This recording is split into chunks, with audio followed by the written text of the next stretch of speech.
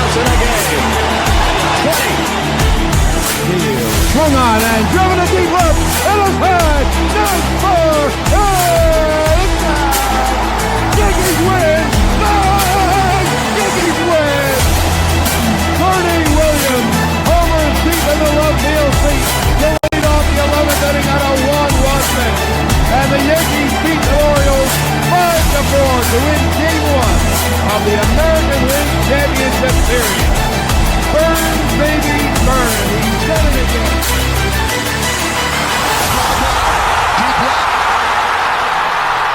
There it goes! Staring into history.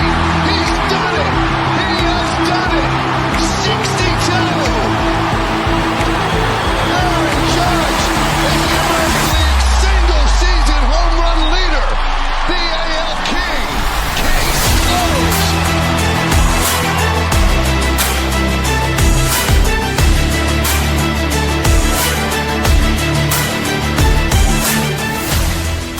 What is going on, baseball fans? For Dave, I am Jeremy Laracuente here, back at it once again, discussing the state of the franchise. From championship glory to rebuilding years, every team has a story.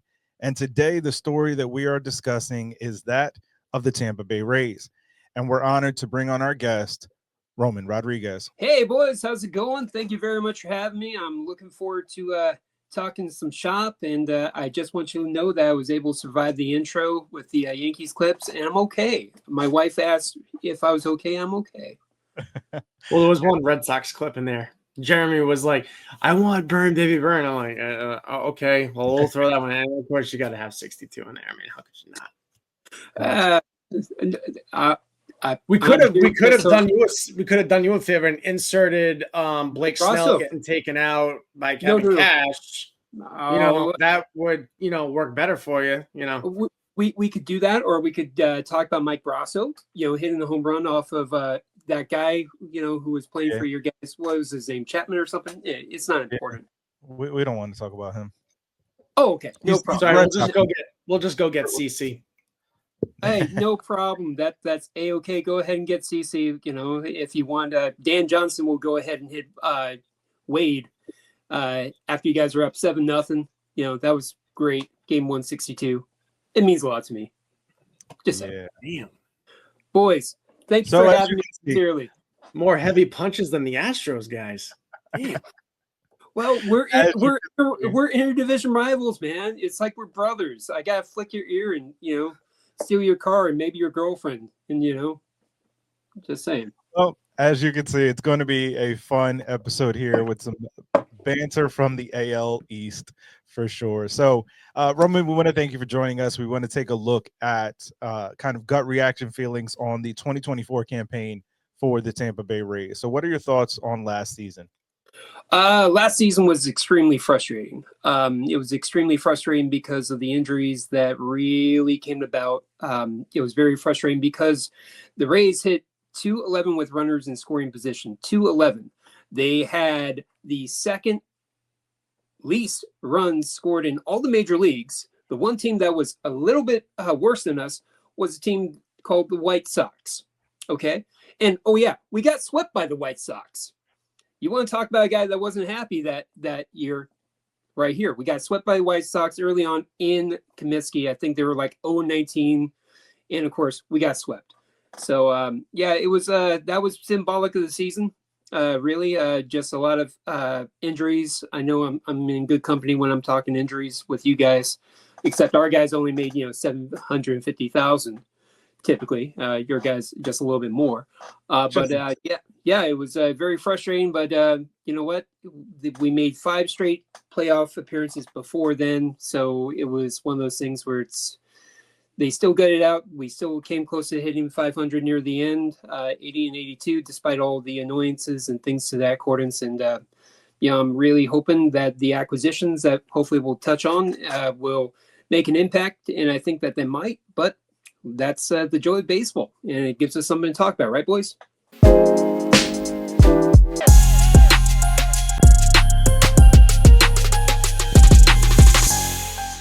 For sure. Now, and kind of leading into that, with some of the acquisitions, kind of 3 notable names that I pointed out is Ha-Seong Kim, Danny Jansen, and Eloy Jimenez. Of these three acquisitions, what do you think is going to be kind of the biggest one? And if there's an underrated, maybe major minor league signing with an invite to big league camp that you're kind of paying attention to? So, short answer, Danny Jansen is the one that really stands out, and here's why.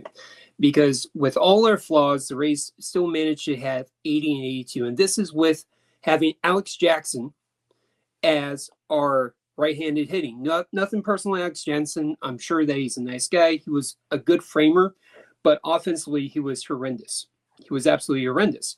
So if we can just get a little bit more pop, a little bit more oomph in that right-handed bat, I think we can easily start turning around and have 2, 3, 4 more wins potentially, because we can rotate that lineup back through.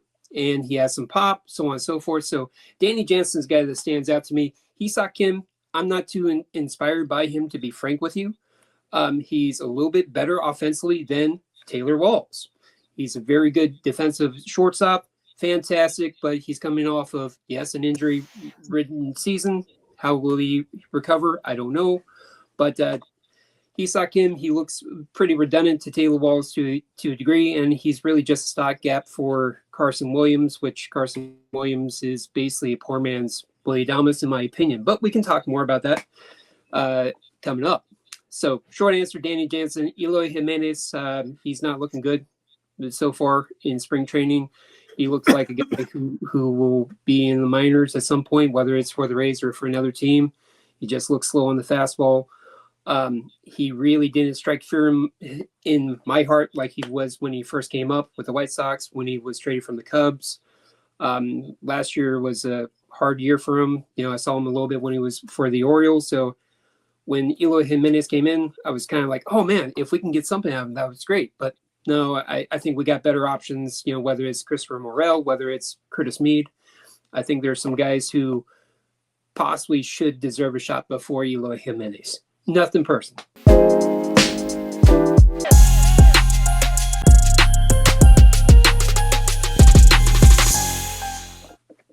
So you brought up the offense, batting 211 with runners in scoring position.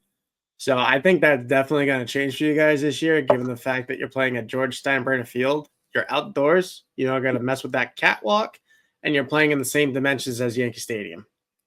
Those three factors alone right there, with having the elements play a role in how the ball carries in that ballpark, I think you're going to see those offensive numbers tick upwards, not downwards. Because let's be honest, Tropicana Field, that roof, that ceiling, those catwalks, those weird ass grounds rules that are in that stadium do not play well. I wish, no offense, and no offense to the people of West Florida, but that hurricane could have done y'all a favor and just wiped that whole stadium right to the ground.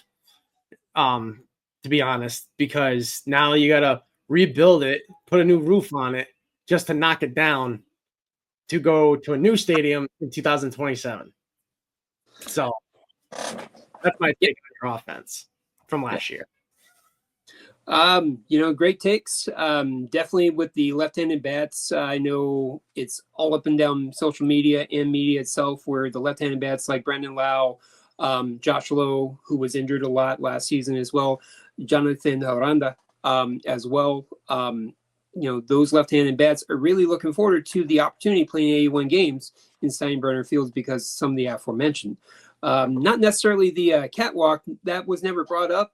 Of course, but not too many balls were hit off the catwalk that Josh Lowe ever went, man, if that damn catwalk wasn't there, geez Louise. But who knows? I mean, I can see the perspective, respect, no problem. But it should be a fun season. Definitely it's going to be kind of a bummer where you might actually have to wear a poncho if you're coming to the game, as opposed to before you can just show up wearing your flip-flops and T-shirts and enjoy your beverage without any rainwater. So it should be interesting. Definitely it's a great conversation piece to have, and it highlights a lot of the frustrations that some of the Rays fans are feeling from the stadium drama for the past 18 years. We've been talking about getting a new stadium for various different reasons, and I'll be happy to come back on and we can talk about it in depth at some point if you boys really want to dive into that. Let's go. But yeah, it should play into one of the strengths, and we'll see where it goes from there, boys. Well, it's actually meant to be a hockey arena. The Tampa Bay Lightning was supposed to play there, and then they switched gears and went and built their arena in downtown Tampa, and then they were like, now what do we do with this thing that we just built? Oh, let's put a baseball team in there. And the White Sox were actually supposed to move from Chicago to Tampa, and then that fell through, and then you had the two expansion teams in '99 with Arizona and Tampa Bay. Yeah. So quick fact on that one, you're kind of sort of in the ballpark, if you will, no pun intended. It was originally set up to attract a major league squad. The White Sox used us for leverage to get the new Comiskey. And then, of course, the San Francisco Giants at the last minute, they were supposed to come to St. Pete. Just Google it. It was a done deal at the last minute. It changed up the script, and they stayed in San Francisco. Awesome. That's great. Seattle at one point used us for leverage to get their deal done. That was awesome. High five. So we've been feeling like the other girl for years, and I'm glad that Major League Baseball finally committed to us. Oh, it gets very interesting because at one point we were supposed to have when the Marlins got the expansion team that was actually supposed to come to us. We ended up suing. Then lo and behold, we get an expansion team. Go figure, right? Yeah, that's the gist of it. But with the Lightning going around, because they were originally supposed to get a deal done. At one point, the Lightning were playing the Expo Center in the fairgrounds. I know we're not talking Lightning talk, so I'll just finish it up. Yeah. But they were playing the fairgrounds and Expo Center, and this thing was tiny, itty bitty. Phil Zito wanted something grander, larger in scale, while we got something built in downtown. That's basically the gist of the conversation. But again, we can talk about this later. I'm a huge Lightning fan as well, but we're not talking Lightning, we're talking Rays, and I'm really excited about the rest of the season and talking more about that. Let me ask you this. So with the stadium physically being in St. Petersburg, which is a retirement community, not a lot of young people live there that like baseball. So with that factor, do you really think them building a new stadium there is going to change any of that? Like, this team needs to be moved to Tampa itself. Like, and I'm not even a Rays fan. Like, I'm frustrated for you guys because it's like, yeah, we're going to build this beautiful thing right next door to where this used car is. And hopefully people show up. Like, people don't realize how much of a pain in the ass it is to drive out there. I've done it once and I'm like, I'm good. So you probably got the wrong guy to ask, because I'm not going to give you the echo chamber in terms of the excuses. I was a military brat growing up, so we traveled 3 hours to go to a ball game from Fort I get it. Yeah. So if you want to see baseball, you'll see baseball. I get really annoyed with these excuses. Oh, it's too far, so on and so forth. Yeah. I live 18 minutes from where the Lightning play. I live in South Tampa area. Please don't stalk me, guys. Thank you very much. I'm looking it up right now. Give me a sec. Oh boy, yeah, you got mail. Does it tick? No, don't open it. No, but I'm kidding. So getting back to it, but from the Trop, it takes me about 18 miles, depending on traffic, and during bigger congestions, if you leave during 5:30, you're not making first pitch. And yeah, it's frustrating, but to me, it was on par with going from Monterey, California to San Francisco to Candlestick Park to catch the Giants game, or to go to the Oakland Coliseum back in 89 and 90, or things to that accordance, or when I visited my family in LA, going to Chavez Ravine or checking the Anaheim Angels. It's the same garbage that every single fan goes through. If you want to see baseball, then see baseball. Otherwise, stop calling yourself a fan. Now, getting back to it, it's extremely frustrating because you really want to. St. Pete, bottom line, doesn't have any major sports teams other than the Rays. Okay, what do you want to be? What do you want your identity to be? Do you want to be the sleepy town with the art? Do you want to be the Art Deco part? Great, but if you want to be a major league town, which they've shown that they like the idea of being a major league town, then do something about it. Otherwise, let them go to Tampa. Let them go explore things. I'm okay with them going to Orlando if that means that we'll have a home. I'm a Magic fan. I'm okay. I like the Orlando FC. I'm also like the Tampa Bay Rowdies, but they're not a major soccer team. But anyways, that's another conversation. So it's just extremely frustrating because we can make it work in Tampa, but we can make it work for a 17,000 hockey arena for 81 games, which, remember, the Rays average 16,000 fans. We can make it work for 9 games in a 60,000 seat NFL stadium. But if you extrapolate the fans over a 81 game season, that's only 6,000 fans that are averaging. So don't say that we can do well in Tampa. We've yet to prove that. For 81 games, it's still on the table. So I love my city. I love my town. I love everything about it. But don't give me this garbage and this optimistic crap.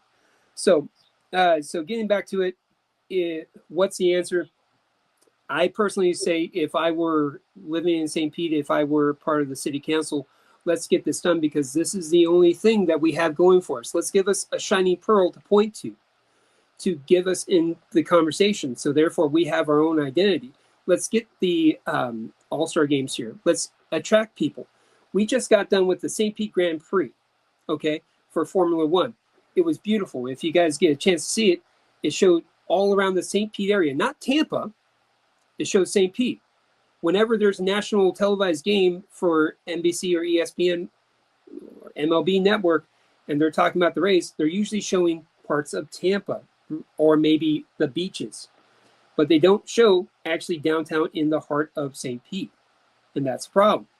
So they got a branding problem. So if you really think that you are a major town, a major city, this is your opportunity. You're letting your girl leave.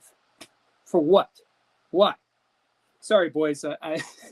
I clearly that's I told you it was a therapy couch, so my bad. No.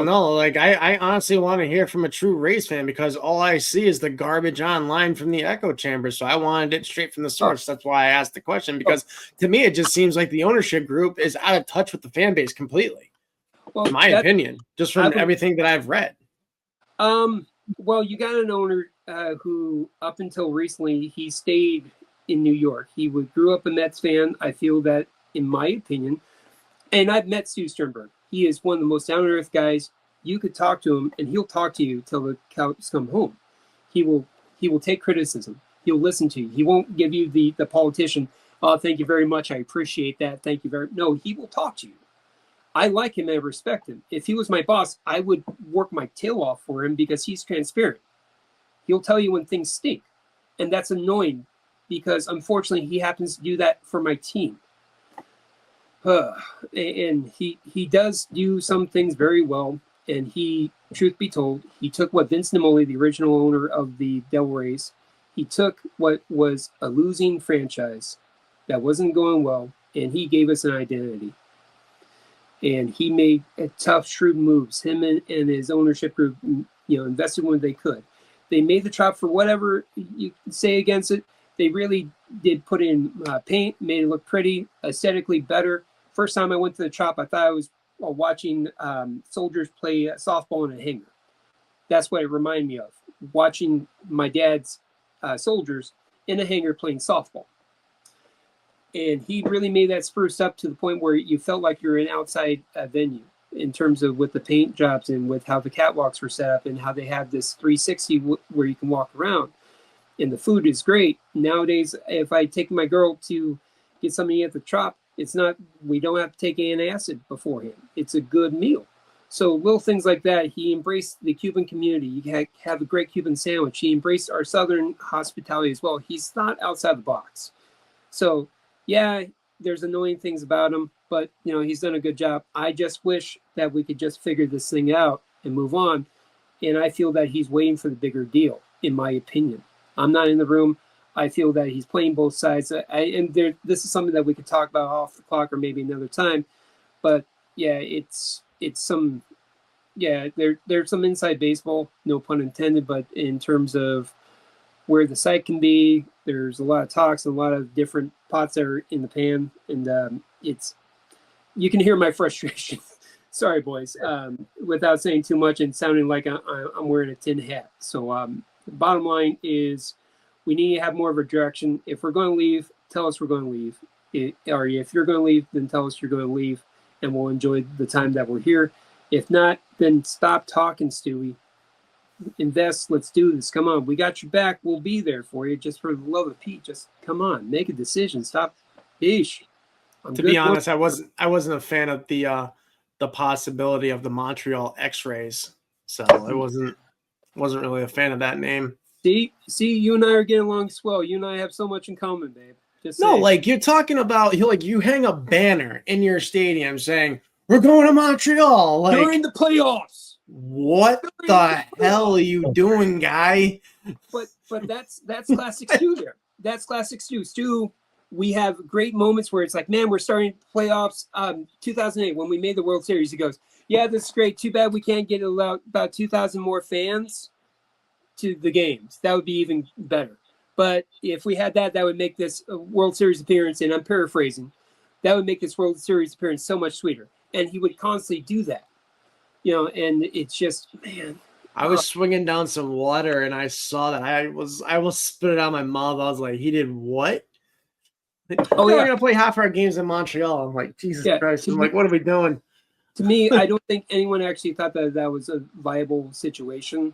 In my business, I do business with different markets, and one of which happens to be Montreal. And I asked him off the clock after we're done talking business. I'm like, hey, look, what's legitimacy? And he goes, dude, we're crazy down here. We got enough problems. We don't need to do this. So if he wants to have a stadium here, he pays for himself. Otherwise, we're not going to invest for a bunch of American jobs, period.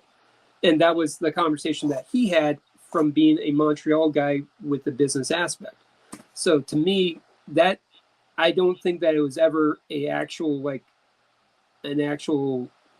realistic thing. I think it was hey, what would happen if this, it's the same thing with how he runs a baseball team. Hey, what would happen if we put an opener? A good idea, theory. Yeah.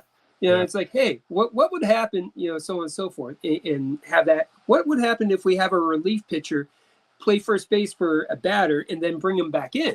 What would happen?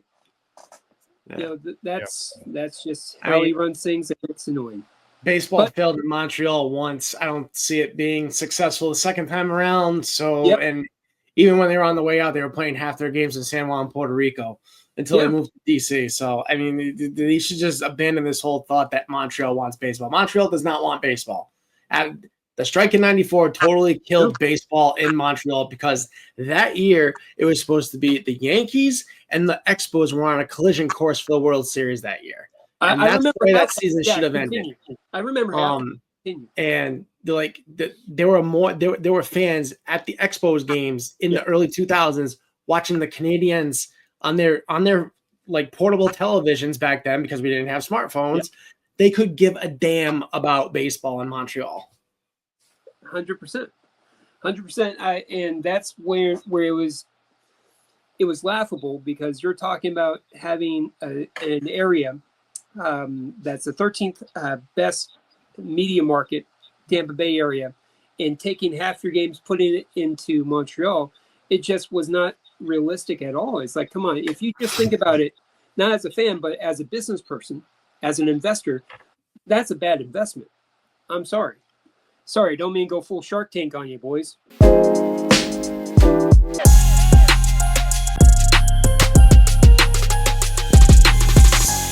Yeah, so it's definitely interesting to me how the team is going to kind of shake out, and we'll dive more a little bit later on into the offense itself. But one of the things that I wanted to touch on was the fact that you did mention Ha-Seong Kim and how he is going to be starting the season a bit delayed on the injured list, and there's a couple of other kind of big names that are kind of further down the line for you guys as well. Shane McClanahan, Pete Fairbanks. Of the injuries that are kind of befalling the team right now, which is kind of the one that's standing out the most to you? Really, the only two that are of consequence is the aforementioned Ha-Seong Kim and Nate Levander, which Nate Levander is a Rule 5 pick from the Mets. He will not be nothing personal, Mr. Levander. He's not going to be of any consequence, but right now that's what's on the list.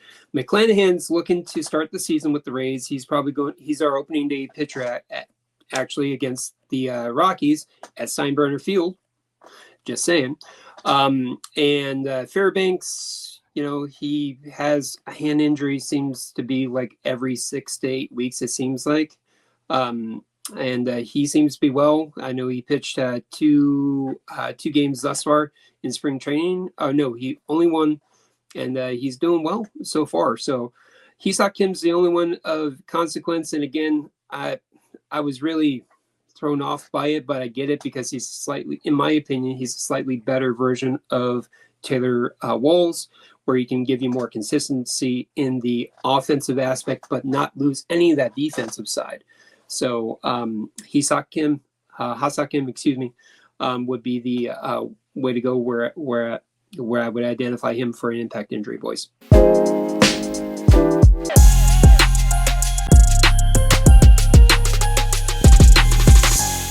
Now, as we kind of do with this series, we like to look ahead at the team and kind of somebody that we can designate as an X factor. So for you, who do you believe is the X factor for the Rays this season?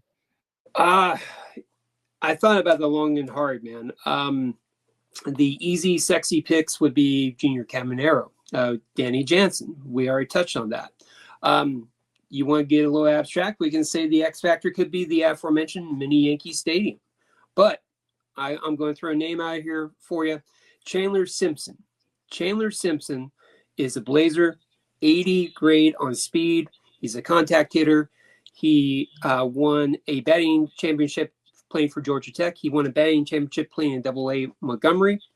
Okay. Chandler Simpson, I feel, after 6 weeks, because Ray's going to Ray, they're probably going to keep him in the minors until 6 weeks, and then suddenly he'll come back up, or he'll come up. He is a speedy guy. He's okay in the field. He doesn't have much of an arm, but he's no Johnny Damon, so thank heavens. But he is a guy who's going to be an extreme distraction on the base path, but he can also hit. If you try jamming him inside, he's going to take it to the he's going to take it pull side. If you try going away, he's going to soft serve it. And then before you know it, he's standing on second.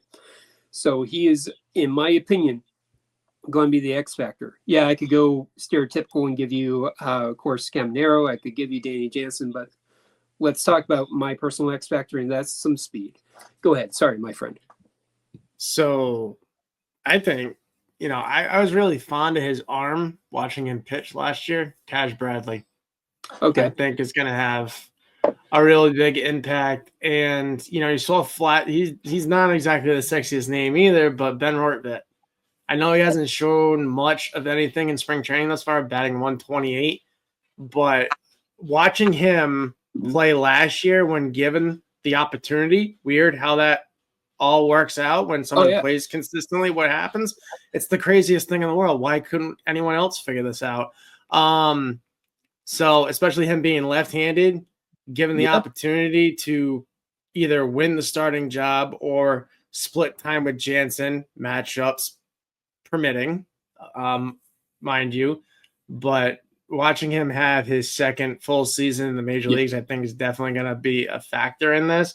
And like I said, playing in the same dimensions as Yankee Stadium, which he's familiar with from being here with us, and playing there with the Twins and the Rays. But I think he's due for a breakout year going into his year 27 season. Ben Rortvedt was a breath of fresh air. He really was. We really haven't had a strong catcher since Wilson Ramos, in terms of having both way catchers, being someone who's strong offensive and defensive. In my opinion, we really haven't had someone that good since Toby Hall. So Ben Rortvedt, at least for the first 6 weeks, was awesome. Now, eventually the scouting reports caught up with him. He wasn't hitting 300 for the whole season, but he was a solid hitter, and he gave us consistency, and was a solid pitcher, and he really did a great job. He really did a great job managing the pitching staff. And again, boys, as you may recall, you guys being Yankee fans, we got him literally the end of spring training. Yeah. Spring training. I was prepping, and talking to my friends, Renee Pinto was going to be our guy. And who was going to be the backup? I don't know. Maybe Jackson, maybe this, maybe that. And then Horvat came out of nowhere, and I was skeptical. Oh, and by the way, local Twitter has a great nickname for him, Benny Biceps. Maybe, yeah, I saw that. I'm like, oof. I wish I could remember who said that so I can give him credit. But man, yeah, that's accurate. Well, the guy when he was thrown in that trade with Donaldson and IKF, we were like, who?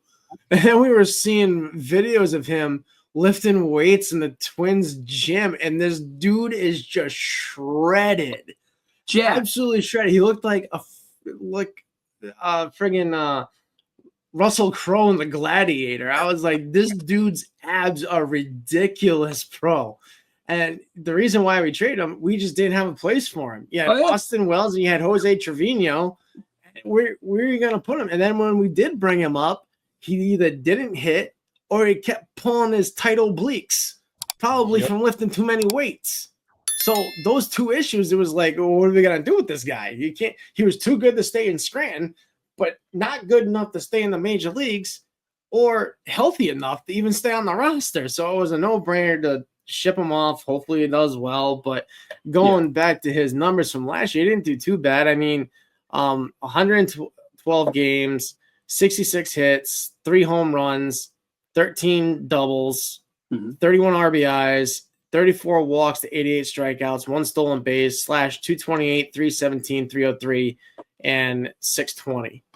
So not terrible, but with catchers around the league, you're not going to see another offensive producing catcher like Yadi Molina probably for another generation.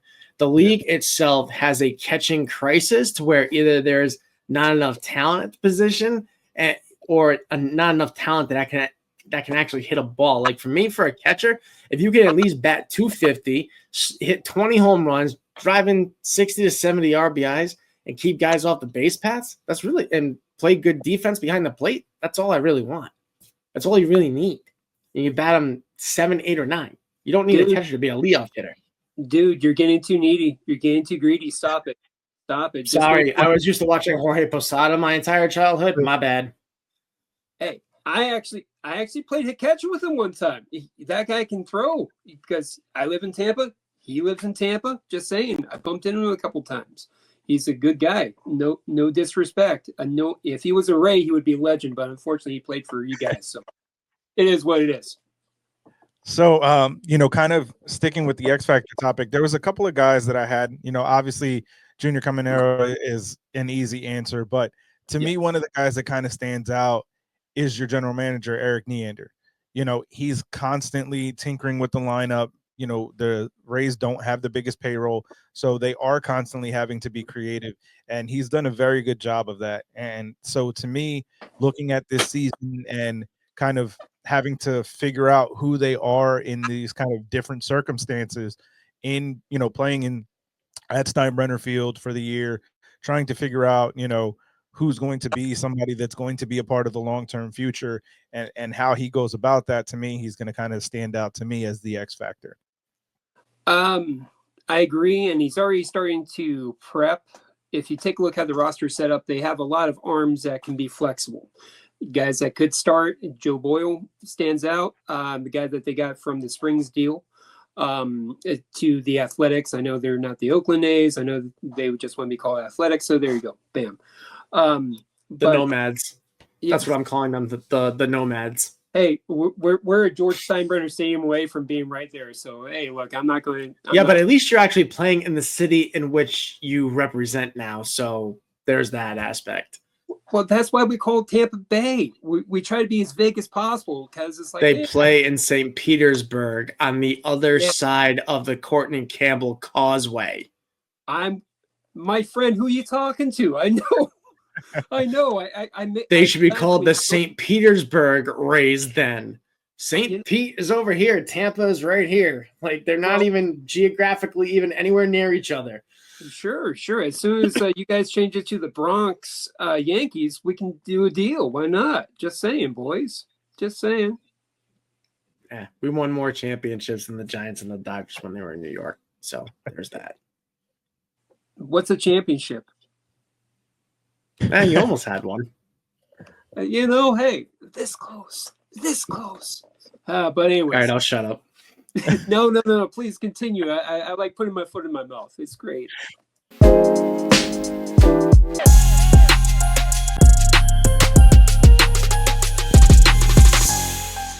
Now, as you kind of look towards the future, you actually mentioned the Rays top prospect in Carson Williams. Tell us a little about him and if there's any other prospects that you're interested in this year. Yeah. When you're talking top prospect, I mean, that's a sexy conversation to have, is Carson Williams. Nothing against Carson Williams. I've seen the guy play. When we first got him in the Gulf Coast League, or Florida Complex League, as they call it now, I made the jaunt an hour and a half down to catch him in Port Charlotte because I want to see the crowd guys. How are they looking? So on and so forth. And, he's sharp. I still don't understand why so much love for him. When I look at him now, his stats are similar. Actually, Taylor Wall's stats in Montgomery were slightly better in certain aspects than Carson Williams. Now, the reason why I keep on pounding that is Carson Williams has a great glove. Fantastic. He's excellent moving to his left. He's excellent moving right. His arm's fantastic, to the point where he was actually almost picked or drafted as a pitcher. Yeah, so he really has a lot to go with, and he has some great pop in his bat. He strikes out way too much. Now, he's slightly gone down in Double-A, but it's a situation where, to me, he needs to get a little bit more selfless and just go with the base hit, not try to kill the ball, so on and so forth. His swing's way too long, in my opinion. So he's our number one prospect there. I did the obligatory Carson Williams thing. To me, I believe it was Baseball Prospectus had him, and they had a great comp. They said he's potentially going to be like a Willy Adames. And Willy Adames, to me, when I saw him going through the system after we picked him up from the David Price trade, Willy Adames, to me, reminded me of the poor man's Hanley Ramirez. So just to really go in the way back machine.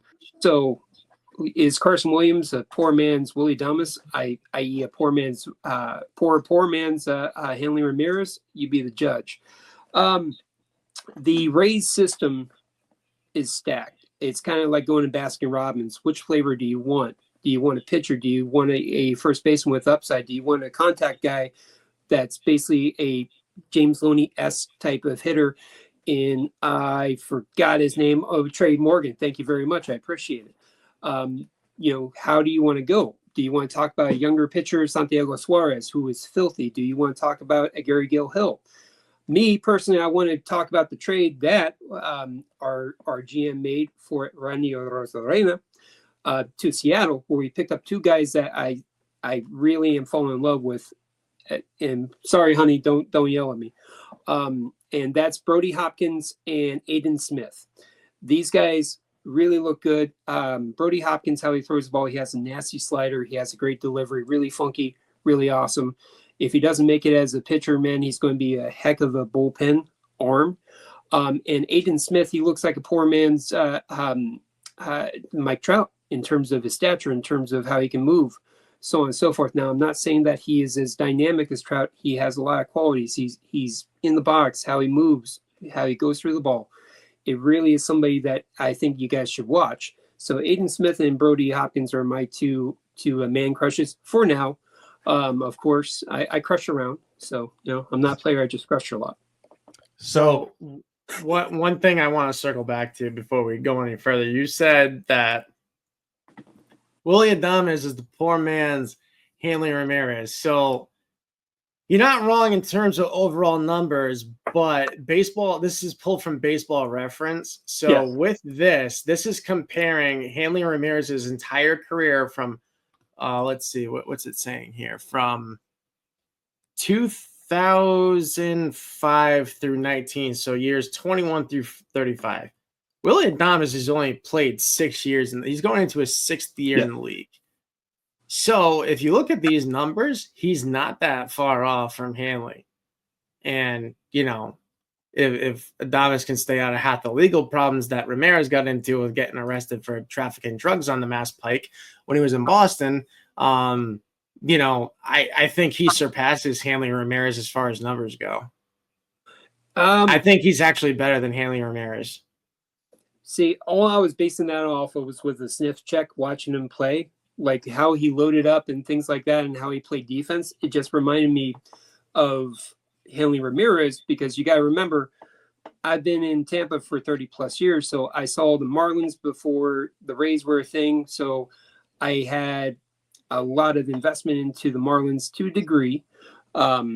And I saw him break up a no-hitter back in 2008 that still kicks me. Garza almost threw a no-hitter down in Joe Robbie. He comes up. He wasn't even starting. He shows up. He does his little thing. And then he knocks one over the teal wall. And I hate him for it. And when I first saw Willy Adames after we made the trade, he was playing in Steinbrenner Stadium for the Charlotte Stone Crabs. Charlotte Stone Crabs, the single A advanced affiliate at the time for the Florida League. But anyways, first time seeing him, I see him doing the same thing. He did the same thing and loaded, and he knocked one over the fence. And I'm like, wow, we got the second coming of Hanley Ramirez. Son of a biscuit. All right, I'm okay with this trade. Yeah. So there you go. Welcome to Memory Lane with Roman.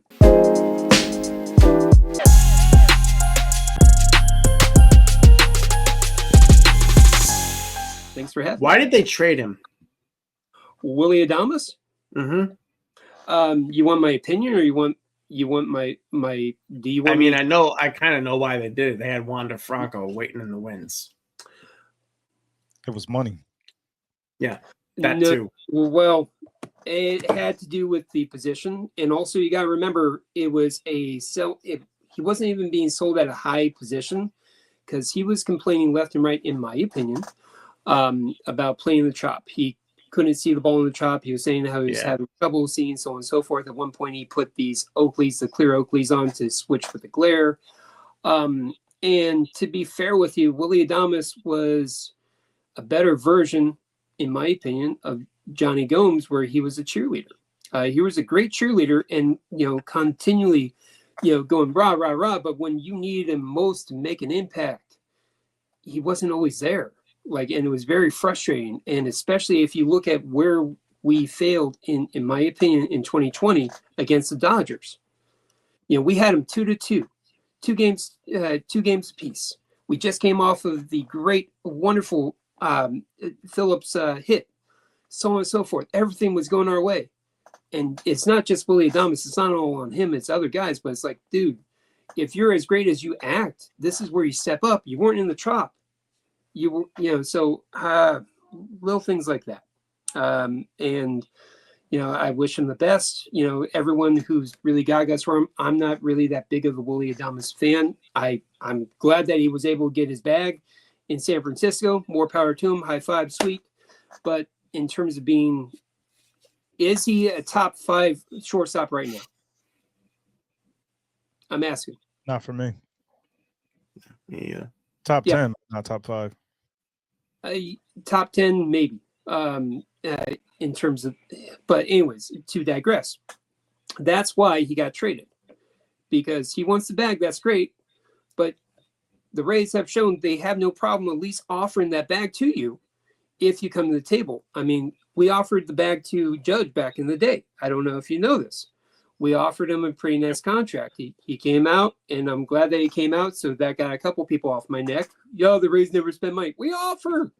We actually go for it. We almost had Freddie Freeman, which that killed me. That's another conversation for another day.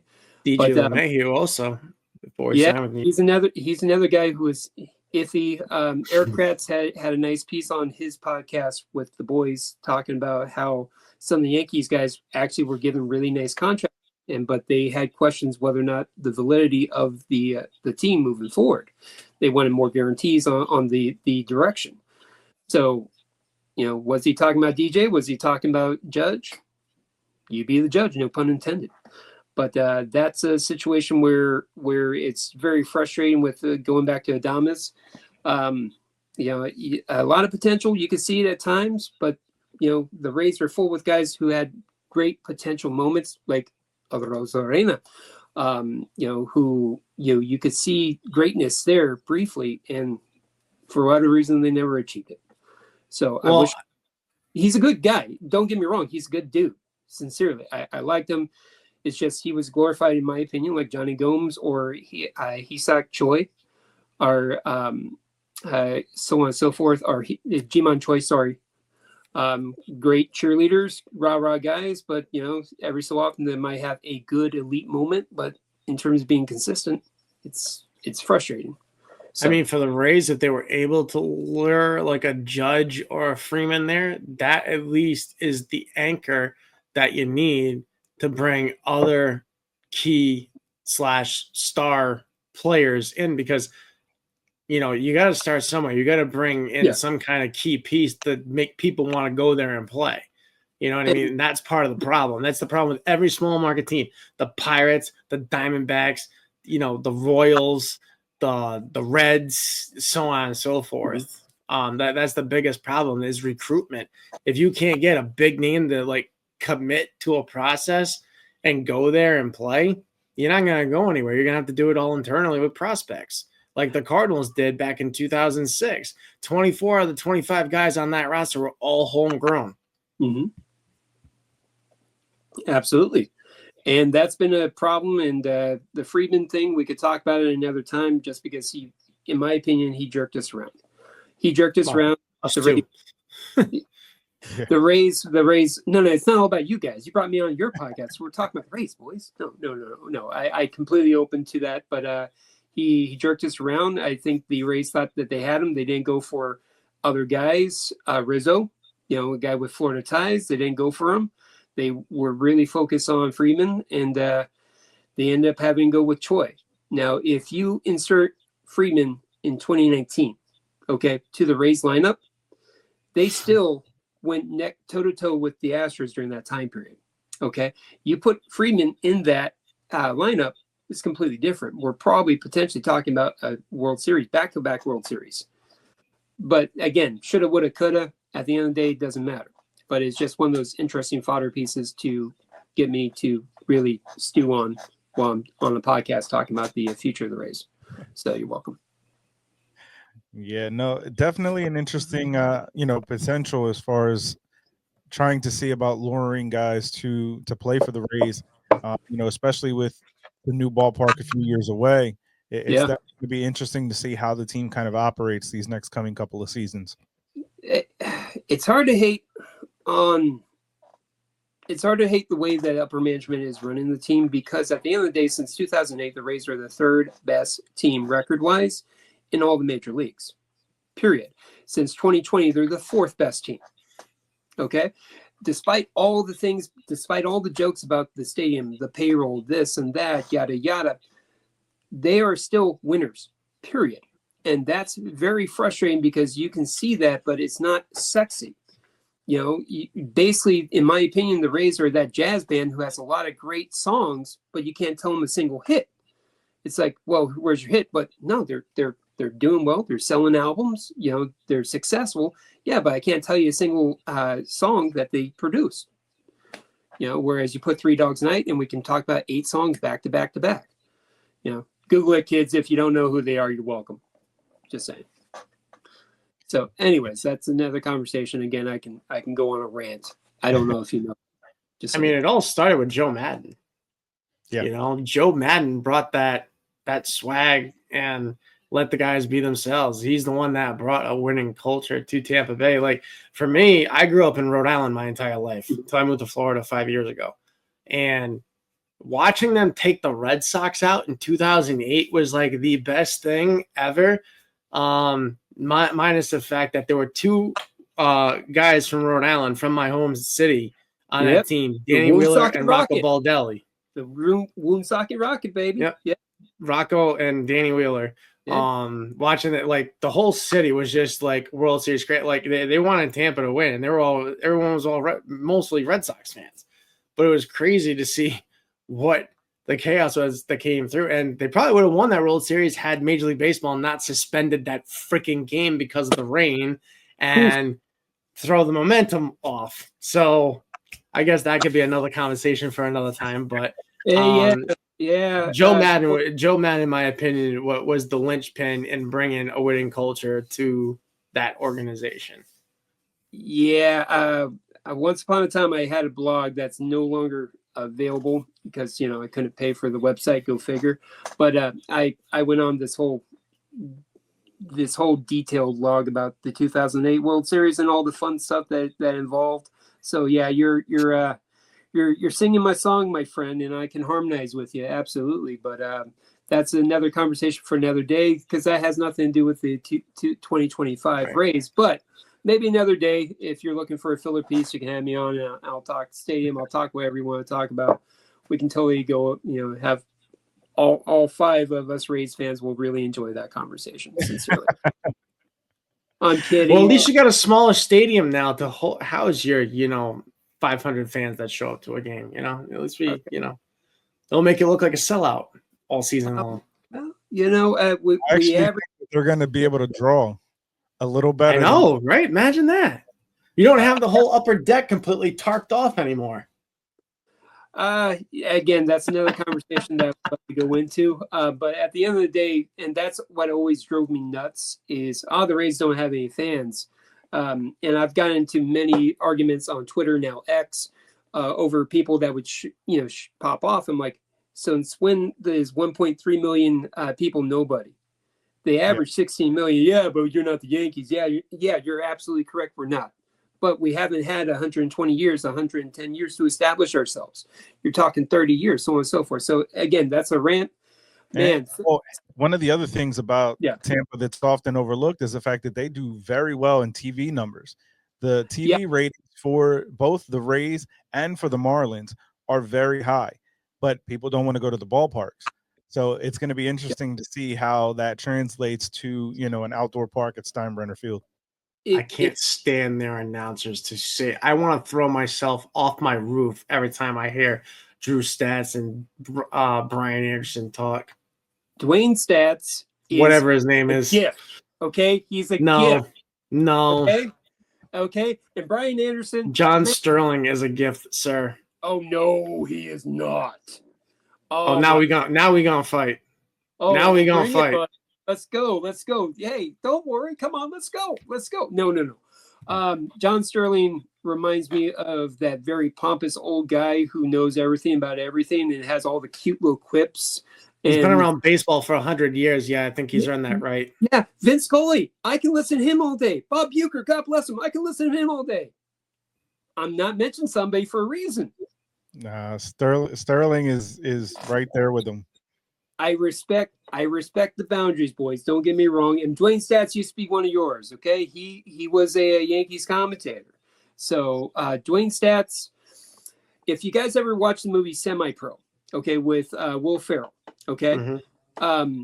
When I first started, following the Rays heavy, so on and so forth, Dwayne Stats reminds me of the commentator in Semi-Pro. Okay. And also because they used to have Joe McGrain, and I swear nothing personal to this. Joe McGrain, I think, put back a couple beverages before going on doing his play-by-play. So when I Semi-Pro, who doesn't?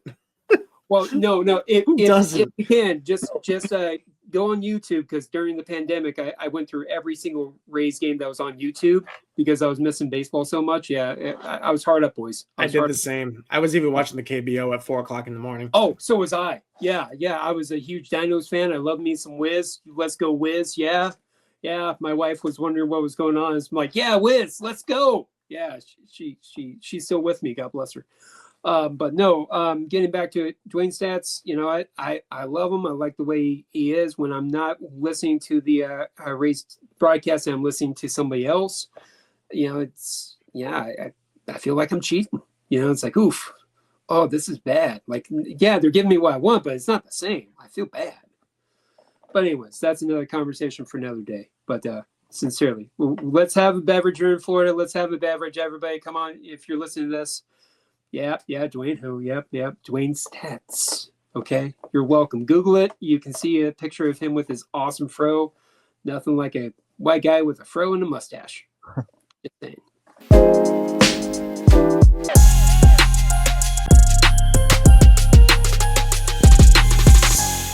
Now, as we kind of go through this series, one of my favorite sections of this series is a bold prediction. So what is your bold prediction for the Tampa Bay Rays? My bold prediction, you want to get bold? Okay, let's go bold. The Rays will win the AL East. You're welcome. Yeah, there's a bold prediction. Yeah. Hold on. Let me finish. It's a bold prediction. Also, I have Todd Bradley winning the. Thank you. Thank you, sir. May I have another?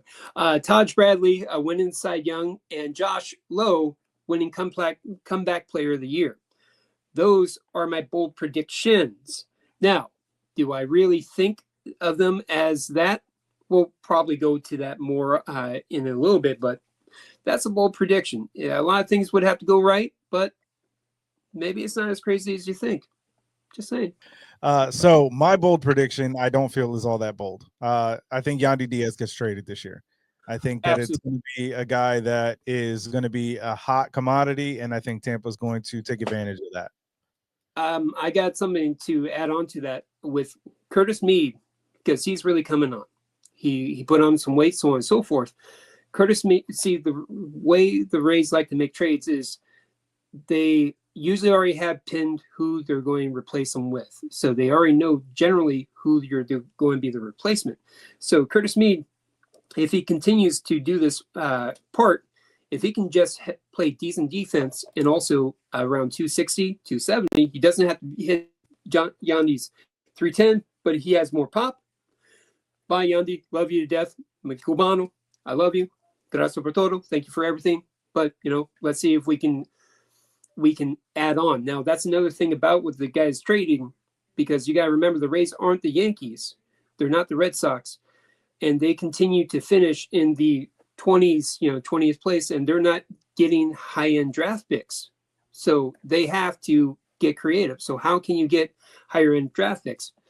Trade Yandy to the Royals or somebody who's had access to those higher-end draft picks. The Pirates who are looking to make an impact. Maybe they're coming close to a playoff spot.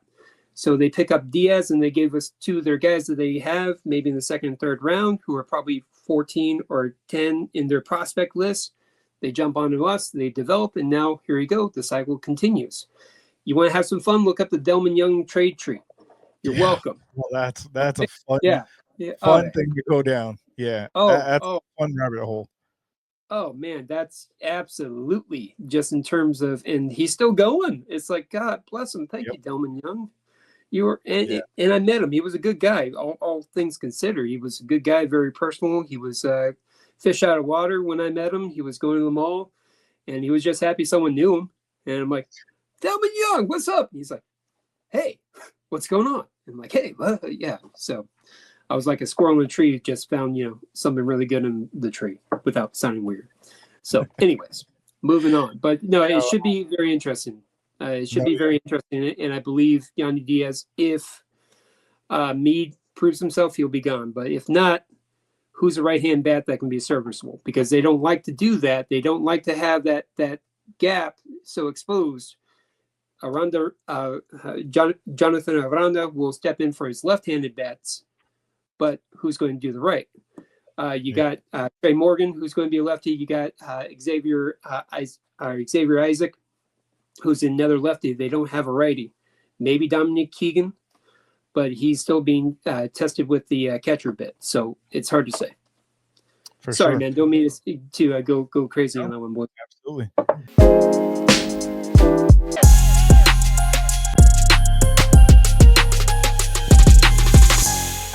And so as we kind of look towards the organization, what's kind of the biggest question facing the team in 2025? The biggest question to me going in 2025 is really the situation with the stadium in regards of we're going to basically be playing about 2 months on the road. The Rays will be playing approximately 2 months on the road, granted not straight, but it's a long time. So they're getting a real front-loaded schedule where they're doing a lot of home games.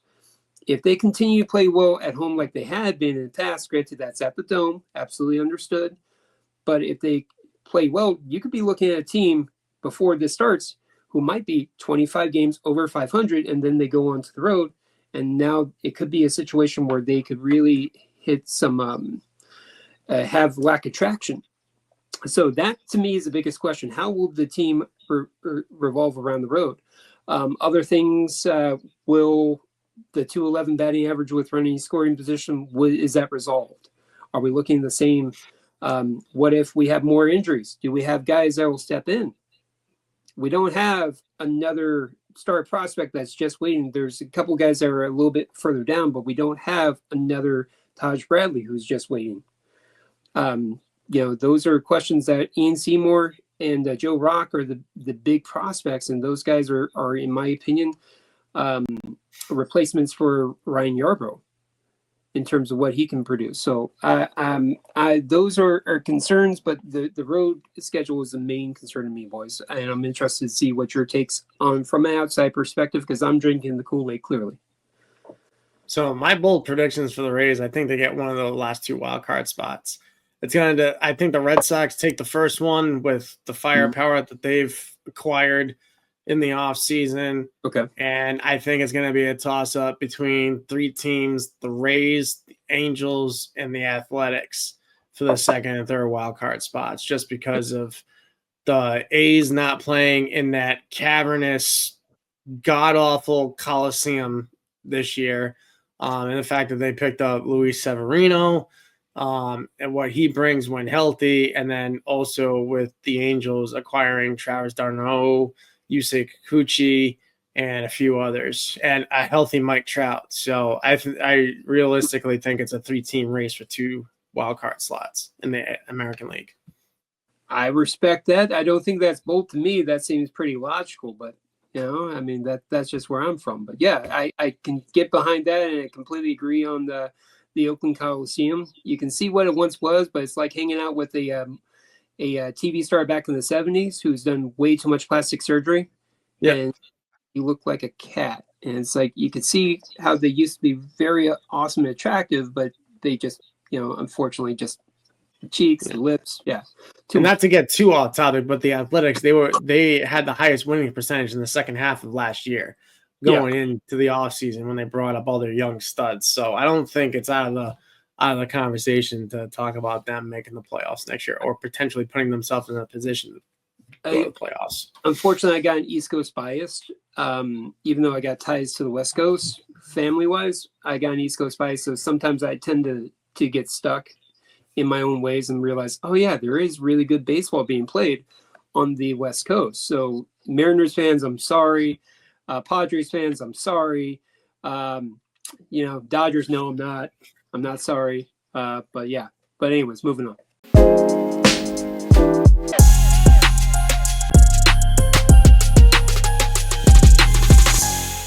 The next question I kind of have for you is kind of, what's the biggest frustration for the fan base? You mentioned a few different things throughout the course of the show, but what do you think, if you had to nail down to one thing, what's the biggest frustration? Boy, is this therapy time? I mean, what? I feel like I'm on the couch, boys. Biggest frustration, I think, is the uncertainty. I think it's the uncertainty of whether or not we'll lose our team, 3 or 4 years from now. Is this a slow whimpering of a dying person on their last moments of breath, where you just enjoy the moments while you can, not to get heavy and deep. The frustrations, the constant frustrations, because again, like I touched on, 3rd best team since 2008, 4th best team since 2020. And yet we have to sit and stew and deal with you ain't got no championships. Yeah, it's annoying as goodness gracious. And you can see how good you are. And especially in this town where we've enjoyed Super Bowl championships, Stanley Cup championships. And then it's like, okay, great. Yeah, we're awesome. We're great. We're the Lightning. And now I switch my Lightning cap to a Rays cap. It's like, you see what a good championship franchise can be and how it's ran. And you can see the Rays are not too far off. They're just a different brand. It's just frustrating. And then on top of that, with the stadium thing and how publicized that's been with, I don't know if you guys keep up with it. I know Florida man over here does. So thank you very much. High five. Sweet. But no, but in all sincerity and honesty, sorry, I'm just adjusting because my notes. Anyways, but getting back to it, it's the stadium. It's multiple factors, but mostly the stadium, I think, is a bigger representative of all the frustrations that we Rays fans have. Is the uncertainty. It's like, what's going on, guys? Either kiss or don't get married. For one of the better phrases I can't say that's not PG. It's PG, so yeah.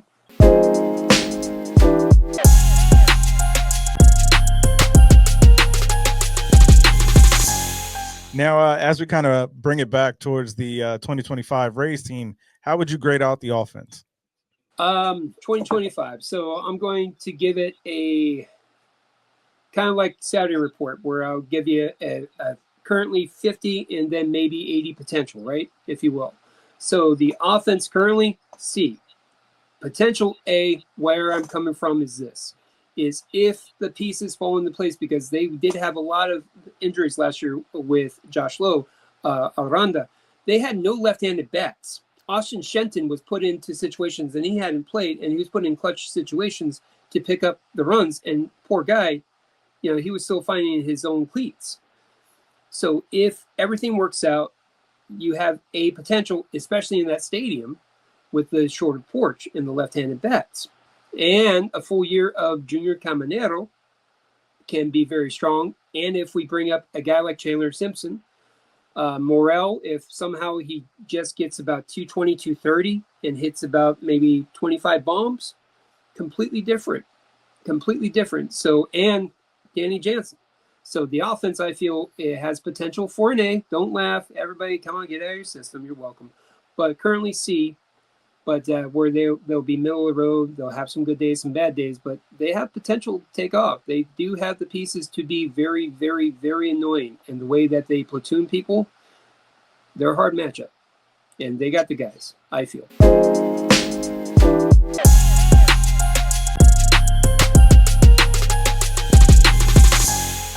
Now, on the opposite side of things, how would you grade out the pitching? Pitching is clearly much better already. B currently, A moving forward.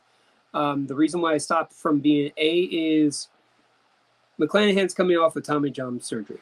Okay, he hasn't thrown a competitive pitch in 2 years. Granted, he's looking good in spring training, but that's a different beast. We all know that. So McClanahan, he's coming off an injury, so I'm not putting him as an ace. To me, he's a upgrade from Tyler Alexander that we had last season. God bless him, he tried his best, but he just sometimes was not consistent. So if McClanahan, in my opinion, is going to be the step up from Alexander, then you have Rasmussen, who started coming along. If you take a look at it under the hood stats, he was starting to pick up the pace in terms of where he was, and he was just in the bullpen. So putting him on the starting rotation, very good. Taj Bradley, we already touched on. He was the man for a 6-week time period. He had a .86 ERA from, I think, June until August. He was an elite level, better than Paul Skeens, I believe. He had a better strikeout for that time period. So, he really can have some potential on that one. And the bullpen, they always find these arms, whether it's Yosita, Hunter Biggie, so on and so forth, that really fill in and really make a name for themselves. And their bullpen is, again, looking scary in terms of different angles and arm slots. Kevin Kelly, whether it's Kevin Kelly, Yosita, Hunter Biggie, we touched on. Those guys, they could make it really dicey and make a game really tough, especially if you have a high-powered offense like the Yankees, like the Red Sox, so on and so forth. If you got pitching, you can't score runs if I got better pitching. So B right now, A potentially is where I'm at.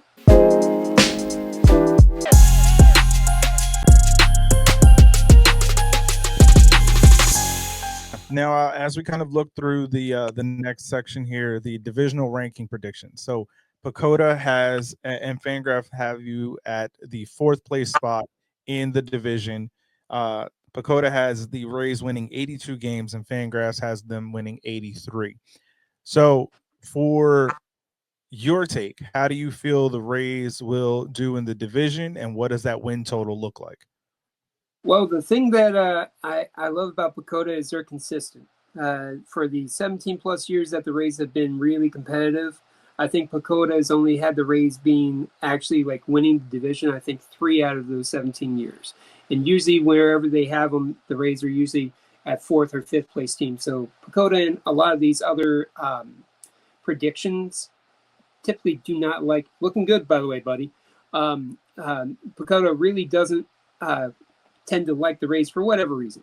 So I don't buy too much stock. I kind of find it annoying. You know, they're the Statler and Waldorf, if you guys are Muppets fans, where they're just mocking. It's like, you guys aren't that good. Okay, great. Me personally, I see the Rays, honestly, 3rd place. 3rd place with a wild card to be real. If everything's equal, I can see us getting 87 to 92 wins. If everything's equal, if everything falls into place and they get really hot, that swoon in the road is nothing. They really embrace it. They embrace the suck. They embrace this, to quote Joe Madden. They really embrace a bad situation and make the best of it. And they have contributors like a Chandler Simpson, who really will streak across the base pass. You know, they could be a very scary team that people go, wow, we didn't think that they would be this good. Then they forget that this is the same team that 2 years ago went 13-0 to start the season, to hit 99 wins. The previous year, they won over 100 games, so on and so forth. And then they go, oh, yeah, well, that is right. Oh, yeah. Yeah, there you go. But as a Rays fan, you're kind of used to that by now. So short answer, 3rd place is where I see us. I can see us making hay in the playoffs potentially. But then again, if injuries happen, you're looking at an 82, 84 win team, even with everything going on, just because the management and how we handle situations and we create an environment where guys can thrive. Real quick, that environment, what is that environment? That environment is low expectations. You don't have heavy media markets who are second guessing everything that you have. You know, guys from the Lightning people in hockey love playing for the Lightning because we only got 3 newspapers here. You know, you got a guy from Montreal or Toronto, and they come play for the Lightning. They love it because they can go out and have a bite to eat with their family, and no one's talking about hockey. They leave them alone. Same thing with baseball. You guys got guys who are playing in bigger markets, and they come here. They have an easy time. They can just focus on baseball. And I think that's the type of environment. That's the thing that Pagoda gets wrong. You know, yeah, on paper, there's no reason why a Johnny DeLuca should even be sniffing any sort of upper echelon of play. But what if he is enjoying himself? What if his family always comes home and gives him hugs and kisses and likes the fact that they're in a good school system? You know, those are things that Pagoda can't qualify. So that's my 2 cents. Sorry, boys, I don't mean to go on a rant. Pretty much that's what this podcast should be called right now for this, you know. Sorry, going on a rant with Roman and the Rays, you know. Yeah. So a baseball rant broadcast.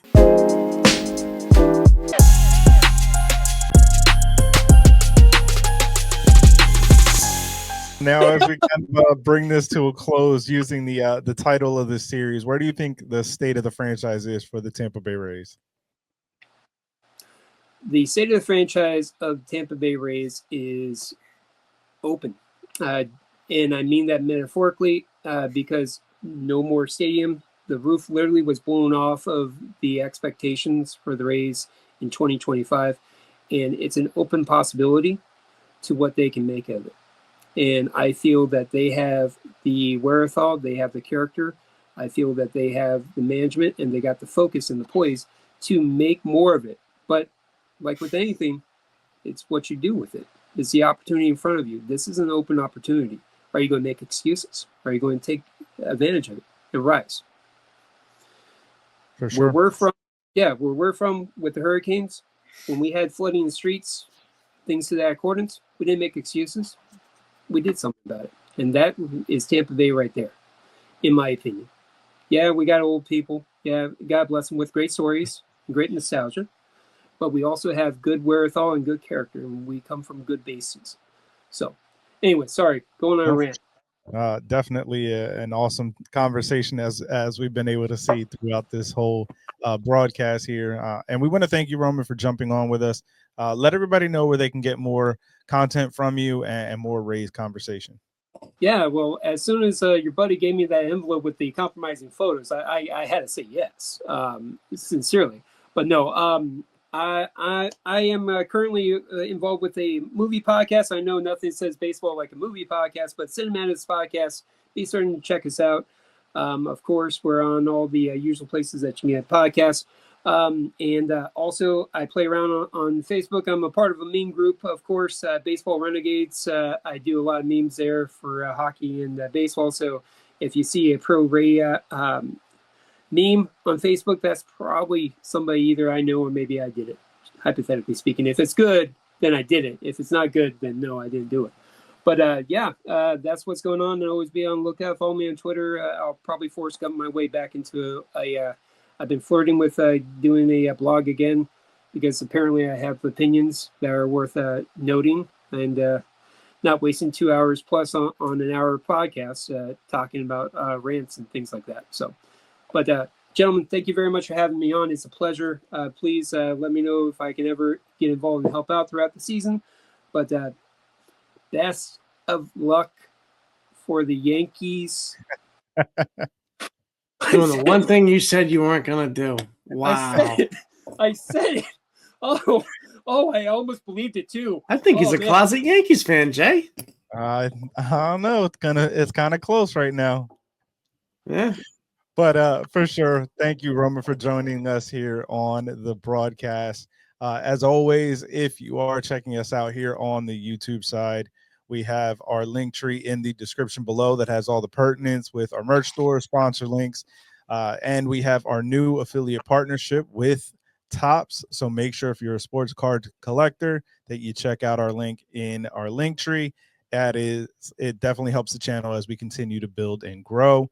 And as always, if you're on the YouTube side, make sure you hit that subscribe button and the bell for post notifications, as it does help us build out this community. Once again, make sure you check out Roman on X, and we'll get those pertinents to you as well. And if you're checking us out on the audio side of things, make sure you leave a 5-star rating and review.